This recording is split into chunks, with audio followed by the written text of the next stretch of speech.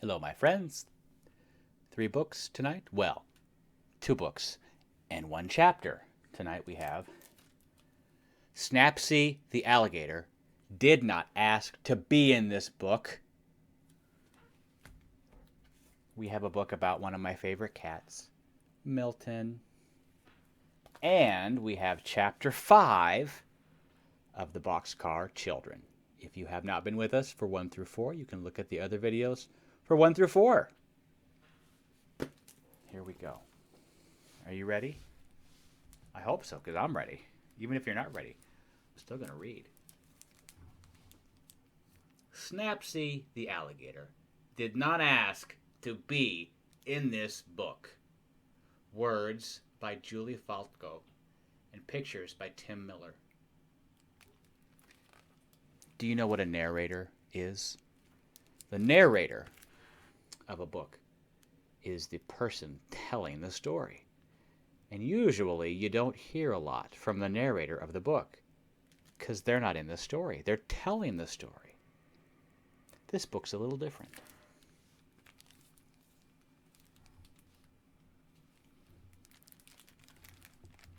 There's Snappsy the Alligator.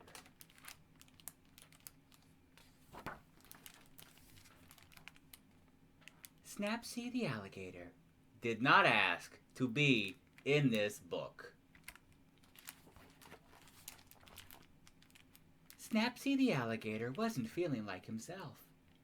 His feet felt draggy, his skin felt baggy, his tail wouldn't swish this way and that, and worst of all, his big jaw wouldn't snap.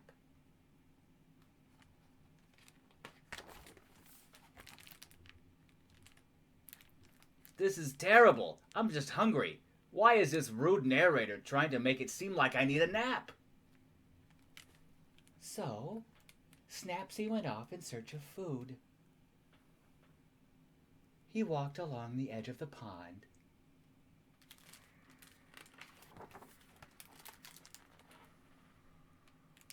He scooted up the tall, tall hill. He shimmied through the forest. You're an awful narrator. You're just describing what you see in the illustrations.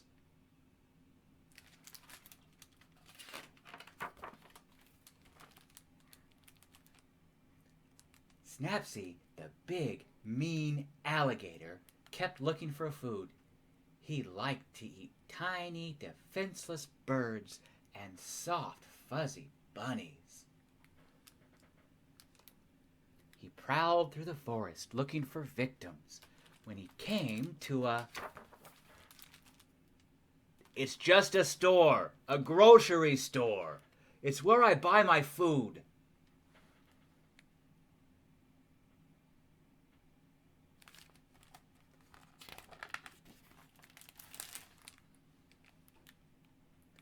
While loading his cart with pudding, peanut butter, pita bread, and popcorn, yes, Snappsy the Alligator was particularly fond of a certain letter of the alphabet.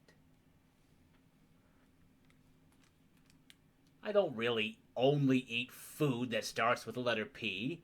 You don't have to make it seem like I only like storybook food. I'm also buying cheddar, apples, pretzels, pasta, pears. Aha! It's just a coincidence.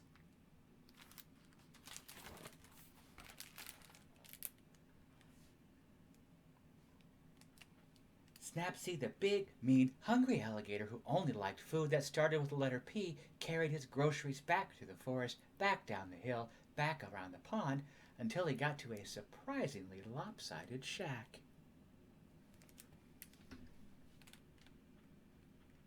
Oh, you really are cheesing me off. It's my house. I built it myself. I'll say.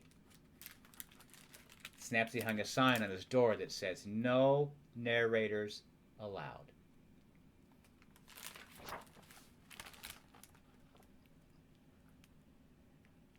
Snappsy the Alligator took his groceries into a splinter-laden shed and slammed the door quite hard. He was inside. Still inside What was he doing in there? Was he making crafty plans? Was he roasting innocent forest creatures that he already had stored in his freezer? Had he fallen asleep? I made a peanut butter sandwich, and now I'm reading a book. Well, you have to come out. The story is really boring now. If you must know, I'm planning a party. Snappsy the Alligator, trying to better his reputation with the other animals, decided to throw a party. Snappsy vacuumed the rug. He made goodie bags for all his guests. Wait, those aren't goodie bags. He's just taking out the garbage. Snappsy should really put out goodie bags for his guests. They love those.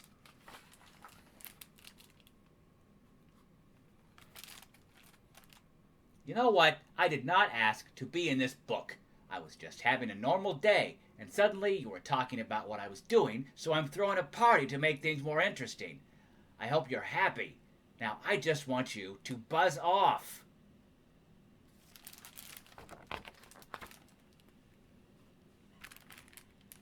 Thank you.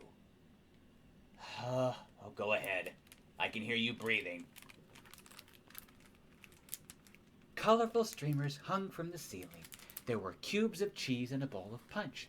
Some kind of danceable music was playing. Then Snappsy's friends started to arrive.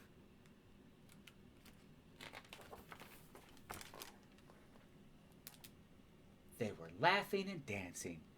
They weren't hungry or thirsty. They looked like they were having a really good time. Yep, a fine time indeed.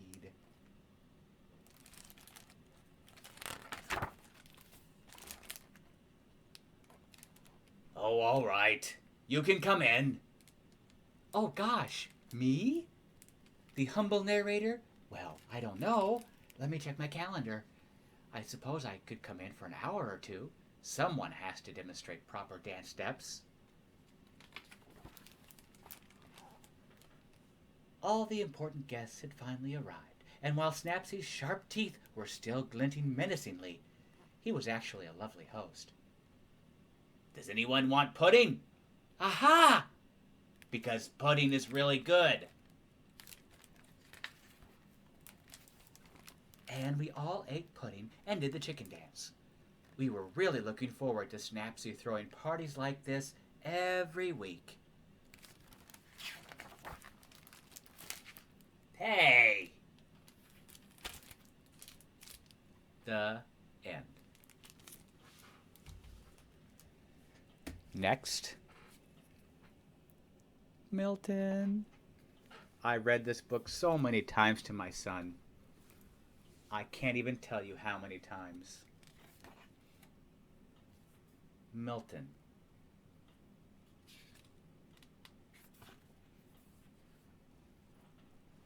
Once I was little. Now I am big. My name is Milton.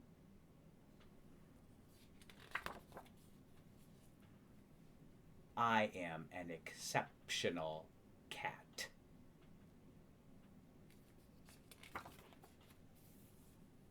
I am extremely handsome, and I have a curious nose. Here, a good smell. There, an even better smell.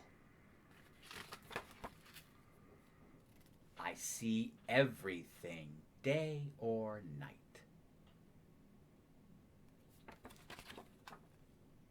I have velvet paws, very elegant, and retractable claws, very sharp, and expressive ears. This means do not come one step closer.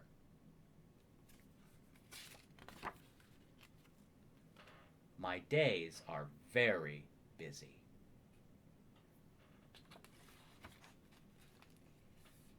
I am fearless.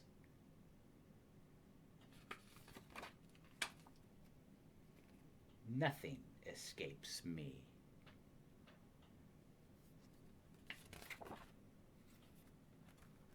I am an excellent hunter. Hello, little mouse.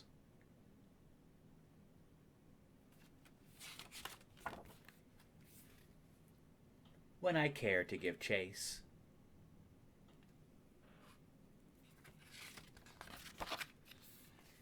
anyway, I take my meals in the kitchen. My bowl is always full. Life is good. I am Milton.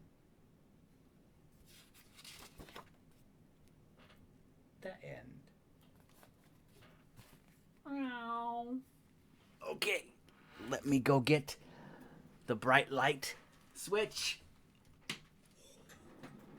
Now it's cozier, and you could get cozier with a blanket or a pillow or your favorite stuffed animal while I read Chapter 5 of the Boxcar Children. Last week, Henry went to get food, and when he got back, everyone else had found blueberries and a dog that was hurt, and they helped the dog. Do you remember that? This is Chapter 5. The explorers find a treasure.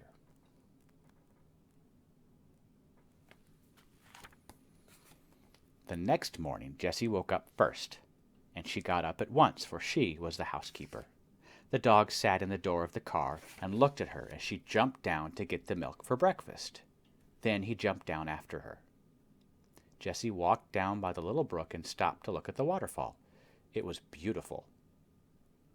I must look in the refrigerator, she said with a laugh. It was a funny refrigerator. There was a rock behind the waterfall, and the night before Jessie had put the 2 bottles of milk in a hole in this rock.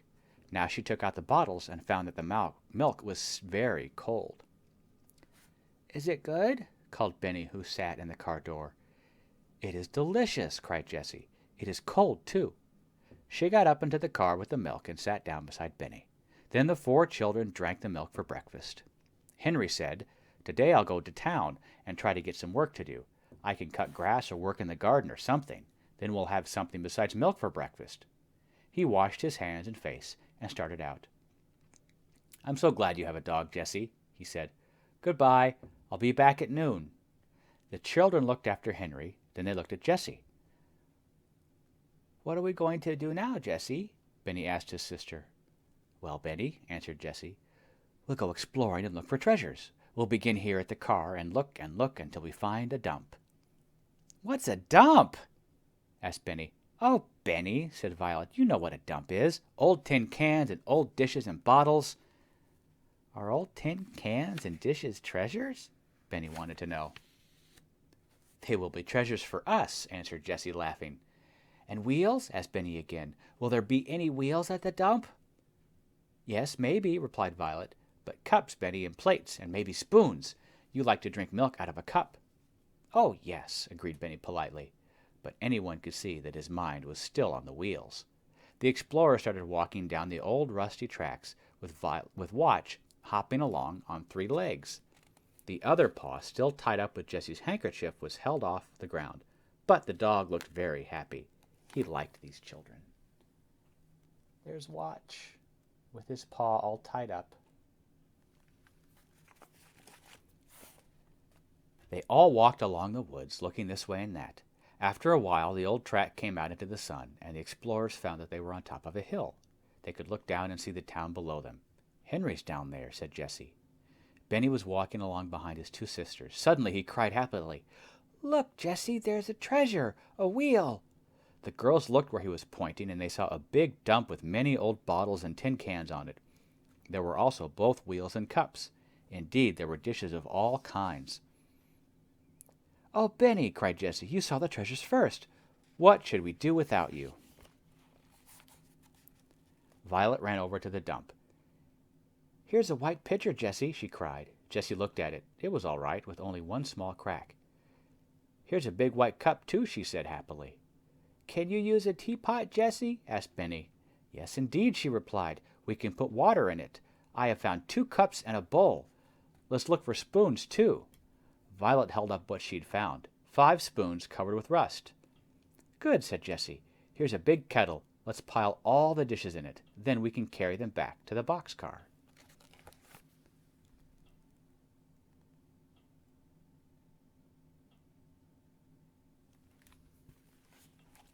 Benny had found 4 wheels alike and laid them to one side. Now he held up a pink cup. There was a big crack in it, but it had a handle. This will be my pink cup, said Benny. I hope it will hold milk, said Jessie, laughing. It's a beautiful cup, Benny. The children laid all their treasures, even the wheels, on a board, and the girls carried the board back to the boxcar between them. They put the dishes down by the brook. Now we must wash them, said Jessie. All right, agreed Benny. We'll wash my pink cup.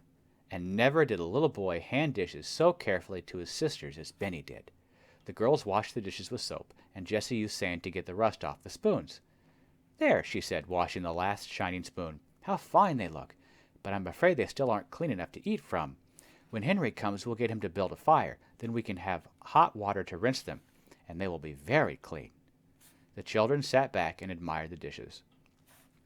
Suddenly Violet cried, Oh, I know where to put them. Come and see what I found in the car last night.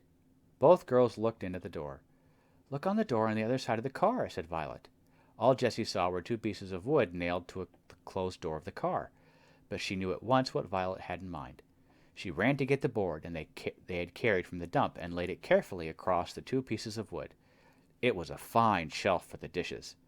There, said Jessie. The children could hardly wait to put the shining dishes on the shelf. Let's put them on now, said Violet, and see how they look, without waiting to rinse them. When they were on the shelf, Violet picked some white and yellow flowers and put them in a cup full of water in the middle of the shelf. There, said Jessie, stepping back to look at it.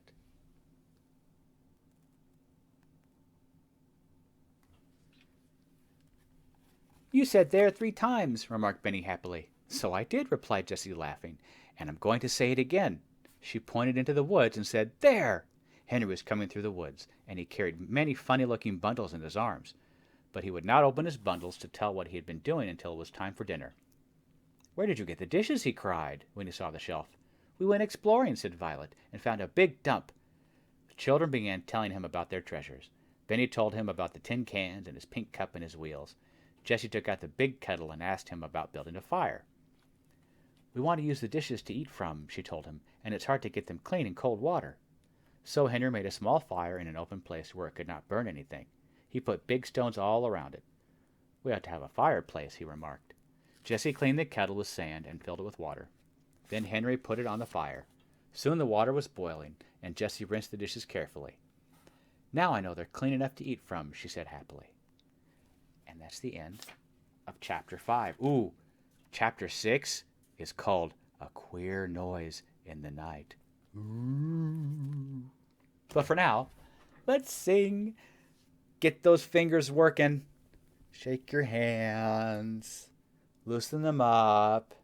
Practice waving. Practice waving. Practice waving.